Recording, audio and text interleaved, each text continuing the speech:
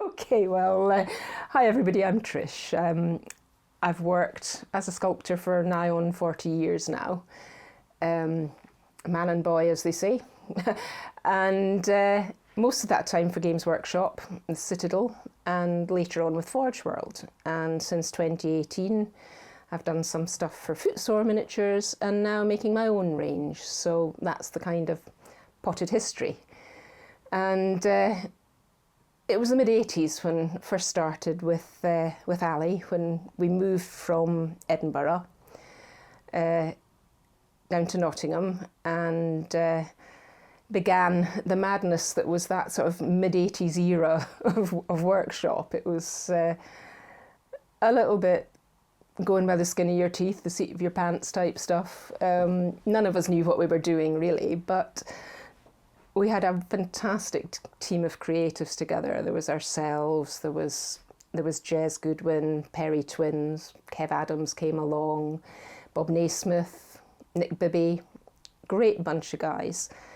And we all worked in a little room together in a building in Nottingham city centre, which, when I say worked, we worked some of the time. The rest of the time with the Perrys around was slightly less working and more playing pranks on each other. But yeah, we would roll in at 10 o'clock or something. As long as we did a reasonable amount of hours, Brian was happy, and do a bit of work, head down to the gym maybe at lunchtime, then up to the pub or whatever, come back. And it was probably my fondest memories of Workshopper at that time, because it was a bunch of essentially big kids just working with the writers like Rick Priestley, Richard Halliwell.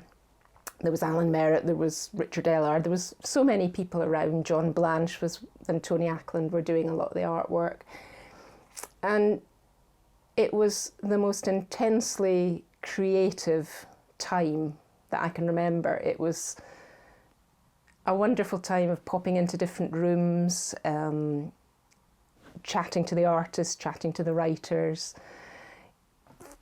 ideas going back and forward, and everything was this whole big melting pot of creativity, really. And I don't think there's been anything like it since. And it makes me, and a lot of the other guys that I know still, incredibly proud to know we were there at the beginning of all this. And what we did then is still carrying on today. You know, we look at what's coming out now, fantastic stuff coming out now from the guys in the design studio at Workshop. But then I look at it and I think, yeah, well, I did the original of that, or I did 2 or 3 of that one. And you can see your work carrying on through the decades. And to me, that's just nothing that I ever imagined would happen. We never thought we were still going to be doing this 40 years later. It was, oh, well, you know, Ali and I thought, we'll have a few years at this. If it lasts a few years, that'll be good. We'll have had fun, you know, made a few toy soldiers. And so, yeah, so I think the beginning for me, my first range was Beastmen, which now I think have become a bit of a cult for some people. These awful little bizarre creatures, some of which were distinctly disturbing. And it was because of one of them that I was offered the job by Brian. I'd made one just as a sort of, I'm going to try this. If Ali can do it, I can do it sort of thing. Was offered the job. That was my first range. I went on to do Lizard Men and Troglodytes. They were the next 2 ranges. And also the Judge Dredd figures, they were a great favourite.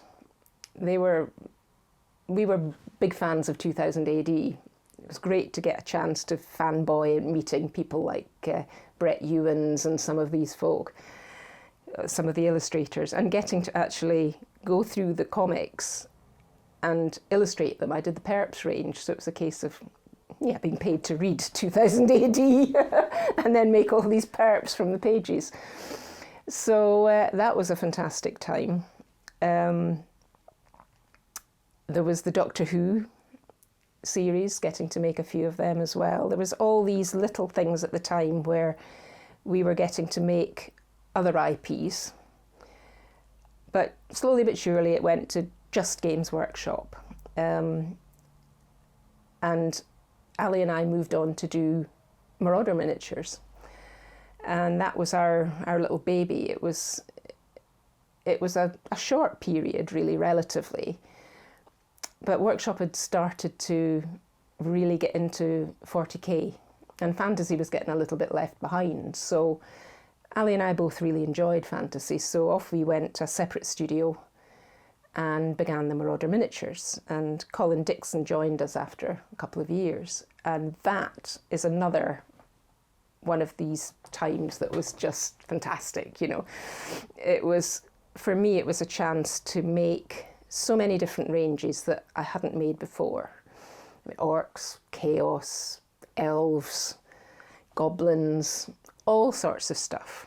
And a fair whack of monsters as well, a fair amount of them, which all look tiny now. I've got some of them up on the windowsill here. I think probably the favourite from that time that I did was the tree men, which really was the beginning of my love of making trees. They were figures that just worked. They hit the right note of sort of fairy tale fantasy, but dark. And since then, I've made so many tree men and so many tree types, and we'll never stop. So yes, Marauder was interesting. We were pretty much allowed free rein of a lot of stuff. We were allowed to decide who wanted to do what we wanted to make, and we got a little bit involved with the sales. If the sales guys were on our calls on the phone, another phone rang, we would take it and we would chat to people. We would go to the shows and we would actually physically stand there and sell the stuff with our little aprons with the coins in and everything. And that was a great look for me, particularly at how the business worked on other sides. The whole amount of the business, you know, from the casting, things were getting packed where we were, you know, listening to how the sales were done. It was not just sitting in the little ivory tower sculpting all day. And so that was a great time. At one point we'd moved into this place on the outskirts of the town centre, and downstairs from us was Flame Publications, which was Tony Ackland, Mike Brunton, Graham Davis, Robin Dews, they were down there. So that was a bit of a den of thieves at the time. We had a great time, good Chinese restaurant down the road for lunches, and again, that was another time where we were able to chat to the writers and the artists who were doing their little bit with Flame, and we all worked. We didn't work together because we were separate parts of the company, but we were able to just bounce ideas. Bounce ideas, know whether what we were making was going to hit the right spot and everything like that. So yes, Marauder was wonderful for a few years. And then we moved back into the design studio and things had got bigger and so many more staff. And I started to make principally monsters from that point on. I kind of got pigeonholed a little bit into being the monster girl, which I didn't mind at all. Love it, really. But I wasn't making traditional 28, 32 millimetre things. And I kind of missed a bit of that because it's a different way of thinking. A monster is one great big thing that takes you ages to make. So you're maybe working on it, like the dragon I ended up doing, the last thing I made for Forge World. It was the best part of a year to finish that because I was working 3 days a week at the time, and you're going back and forward, decisions are being changed, finessing bits. It was a huge, huge project. Whereas, you could do a little range of goblins or something. You could knock up a goblin in a day, But anyway, we started then, Lord of the Rings came along, and I was lucky enough to be able to make a few of the creatures from that. I got to do Shelob and Treebeard. The twins did, was it Merry and Pippin who were on the top of Treebeard? I did the eagles.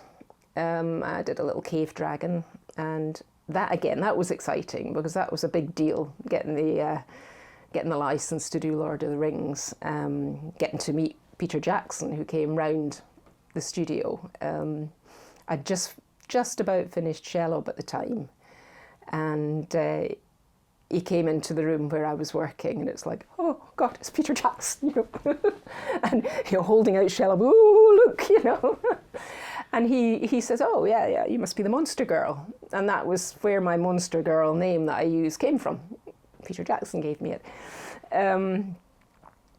So that was fascinating because at the time we were seeing stills from the movie a year or two before the movie was going to come out. We were, certainly for Shelob, I had endless sheets of paper with photographs of what it was going to look like.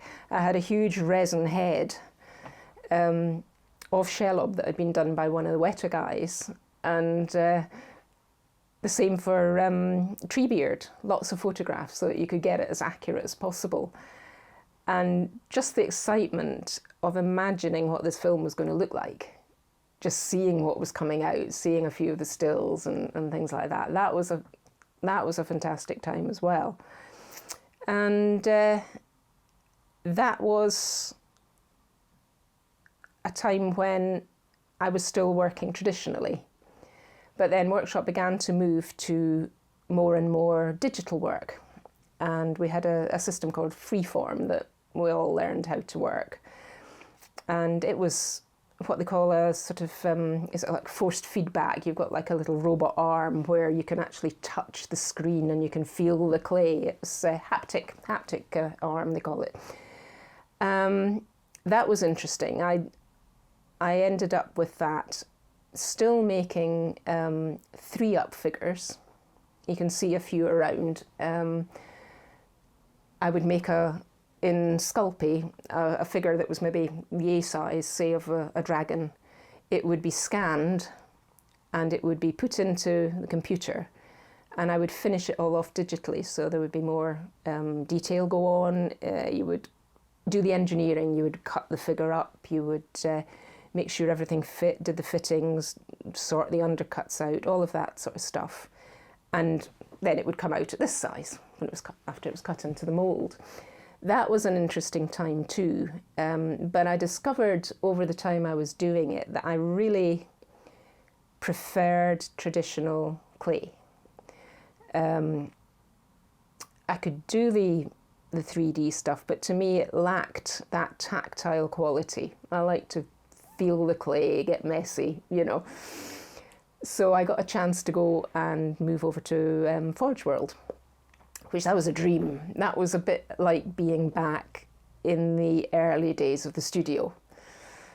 Again, a disparate bunch of ne'er-do-wells making the most incredible work, run by Tony Cottrell, who I'm sure he'll love me saying is a total mad genius. And just, again, being able to take ideas and make them in clay and watch other people making them in clay and other materials, you know, other physical materials, watching people making bits of terrain, making the Horus Heresy stuff, all sorts of stuff before they started to do digital as well. And that was fantastic. That was some of the work I'm still the most proud of, came from Forge World. Like the Troll Hag, that was still one of my favourites. Partly because it embarrassed so many people at Games Day.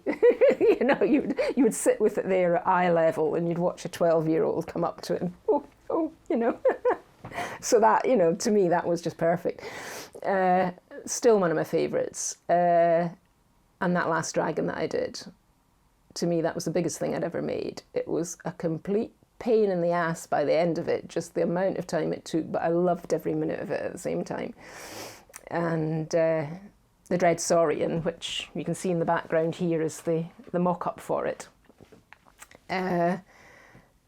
yeah, making all these creatures, learning so many things about texturing and techniques from the guys who were working there, from Edgar, from Mark, from Stuart. Everybody there was so generous with their knowledge, because a lot of them had come into it from building kits, which I never did, and they knew ways of making things look like they should. clever ways of doing textures and things like that. I got to use all sorts of dangerous equipment in the tool room, saws and things like that, which was probably not a good idea. So I was there until I eventually left in 2018. Now they're totally digital as well. I went on and was offered some freelance work from Steve and Joe, who ran Lucid Eye, did a little for them, and then for Footsore Miniatures, Andy Hobdy and Mark Farr. Now Mark was one of our salesmen back in the day for Marauder.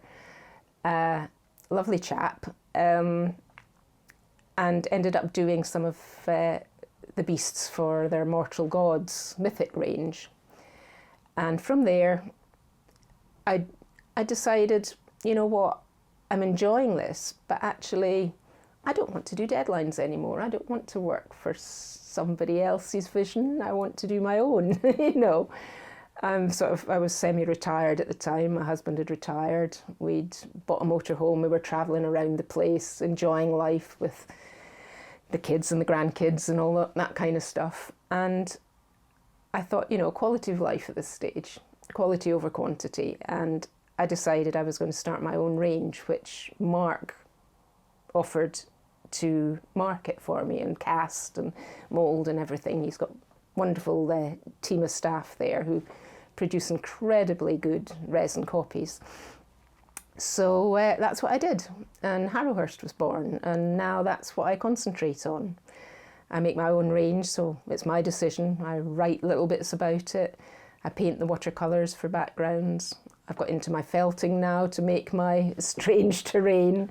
And to me, that's what I want to do now. That's it. This will be my thing now, as long as I can see and fettle with a tool. It'll always be traditional, hand sculpted. And I hope what I really want to do is to be able, when you see a picture of my work, I've sculpted it, I've painted it, I've made the terrain, and I've painted the background, and it's completely my world. And that's where we are today. This is quite a good figure to show the process of constructing. You've got here, this is a mock-up, although it's a fairly detailed mock-up. It was done in Sculpey, pink Sculpey. So when I started a figure of this sort of size, I would do a few concept sketches, and then I'd make a 3D mock-up. So this really was to show the size and the pose and a little bit of detail and stuff like that, so that folk could look at it and say, yeah, we like this bit, we don't like that bit, and it gives me a good thing to work from. So you can see here you've got the finished figure. And for this one, this is one of the ones where I was using a lot of the techniques that the guys at Forge World had been showing me how to use things. So I started making stamps out of silicone, which you would get the skin, you would roll it over in a couple of directions. You'd get that look of skin. I could make other ones here with little rounded bits. I could, again, roll in. And that was great because it made the process a lot quicker. There was a time where everything would have been done. I would have made each one by hand, each scale, and it would take forever. But then starting to use the stamps, using things like bits of sponge here. Instead of having a shiny clay body, you could use these bits of sponge, you dab to take away, it gives you a texture, it takes away the shiny sort of plasticky look of it. And so that was probably one of the first figures where I'd used an awful lot of these different techniques that I'd been working on. I made stamps specially for it. When it was finished, the actual dinosaur bit of it, if you like, then I got it cast in resin, and I started making, these are the sort of the bits here that made up the armour for it. Now, there was I think they called it, is it polyurethane sheet that the guys were using, which is, yeah, it's a polyurethane sheet. You can cut it really easily, it sands well, and it's very slightly flexible when it's hot. And so this was what I started to use to build the shapes up. Then there would be a little bit of, what do you call that, plasticard rod, and then bees putty to make the all the designs and everything within it. And this was, again, it was finding the right tool for the job, if you like. What this gave me was being able to cut the hard edges but still get all the detail incised in, and then slowly but surely build up all the parts, which then would get cast up separately for people to put on the figure. I mean, even from a hobby shop, sort of little pearly beads, you know, from hobby shops and things like that. It was starting for me, instead of thinking I've got to make everything with clay, it was realising that because what I was making was in a polymer clay, it was, as long as what I was putting on it could be baked. Obviously things like the plasticard had to go on after it was baked because it would melt with the heat. But it was realising that things I could use from ordinary hobby shops, things like for eyes, you know, ball bearings, things like this, which before I was trying to make everything out of clay, and it was taking a long time, and it was fiddly as heck. I was making up little sort of stamps for individual, you know, stamping individual scales. Now it was the fact that I could make these bigger bits that I could roll over the figure. And that was a bit of a light bulb moment, realising that there were so many other useful little things that you could use, you know, for hard edge stuff. That it wasn't just a case of using milliput or whatever. There was other things to make as well. And that, I think, was a big leap forward in making me think slightly differently about how to sculpt, how to add things. I did it with the troll hag when I was making her net full of bits and pieces. I made the shape of the net, the sort of teardrop. I made the inside of it. And then I got some waxed thread, thick thread, and I actually made myself a little net, knotted it, little net, stretched it over, and it was cast.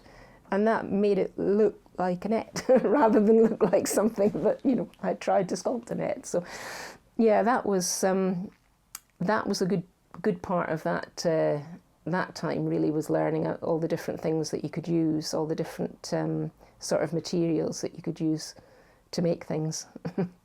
Some of these were from the books, yeah, sure, you know, that were already there. A few of them, like the mereworm was the first one I made, so it was fairly like the illustration. The saurian knot, it was, people decided that wasn't the right look, and that was where doing some sketches and making this came into it, because then you could say, well, this is my idea for how I think it would look. It was yay or nay, you know. So was that kind of just on a model by model basis, I suppose? Yeah. I mean, the troll hag, Troggoth hag, she had been drawn, and I took a lot of ideas from bits of art that some of the artists had done. But then again, some of my ideas were just from things I'd seen around me. That it was like the old river trolls that Seb had done, I liked as well. I liked the scales and things like that. And I wanted to make something that was gross but cute and would embarrass people. And why not? And it's little things like that. It was while I was making it, I'd taken it to one of the games days, and I still remember there was a young lass there. I don't know how old she was at the time. Guy, I think her name was.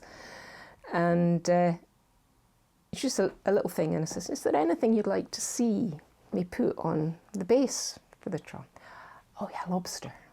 So the base of it's got a lobster on it, you know, and it's little things like that, you know, where you can add little bits and pieces, and you know, it's just nice. I like doing things like that, you know. Yeah, that's really cool. Yeah, I like it was quite good. Encourage the youngsters, you know.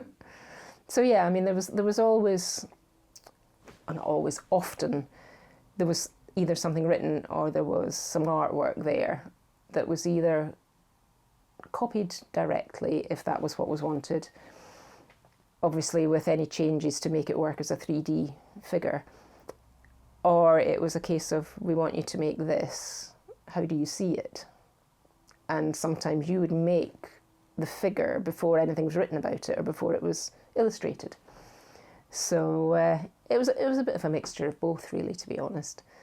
And both had their own, you know, I loved working from John Blanche's concepts because they were full of such amazing stuff, but they were loose enough that you could put your own like sort of twist into them as well. Yeah. You know, he knew how to do a concept that worked really well as a concept, whether some of the ones you would get would be, you know, maybe every tiny little dot, you know, on the figure, and you wouldn't want to necessarily totally copy it, you know. So yeah, it was a pretty sort of inclusive way of working. We all chatted with each other, all the departments. Certainly in the mid times of workshop now, I think it's a little bit more separated out, but I really enjoyed the time when we were all encouraged to chat to each other and get ideas from each other, and you know, it is a lot more compartmentalised these days, isn't it? Yeah. I mean, we were a little bit, at one point we were in little separate rooms. The designers were in little separate rooms, probably just to keep us under control, and you get 2 or 3 designers in a room all along the wall. And I still remember it was Chris Fitzpatrick from Crocodile Games. He used to play Endless Placebo, and I actually quite got to like it at the end, but he was making his Dark Elves at the time, and Juan Diaz, he was there, and yeah, but on the whole, the best times to me were when we were all together. We weren't separated. Okay, you'd have a bunch of sculptors, a bunch of artists, but it was very much a go and chat, go and get ideas, you know. Don't feel afraid to talk to other people and see, you know. I used to love going and chatting to Alan Bly when I was doing some of the stuff at Forge World, and he was just wonderful, very much missed. But you know, he was great. He would tell you exactly how he saw what you were going to make and his vision for it, but at the same time he would leave you to fulfill that vision, you know, which was really the best way.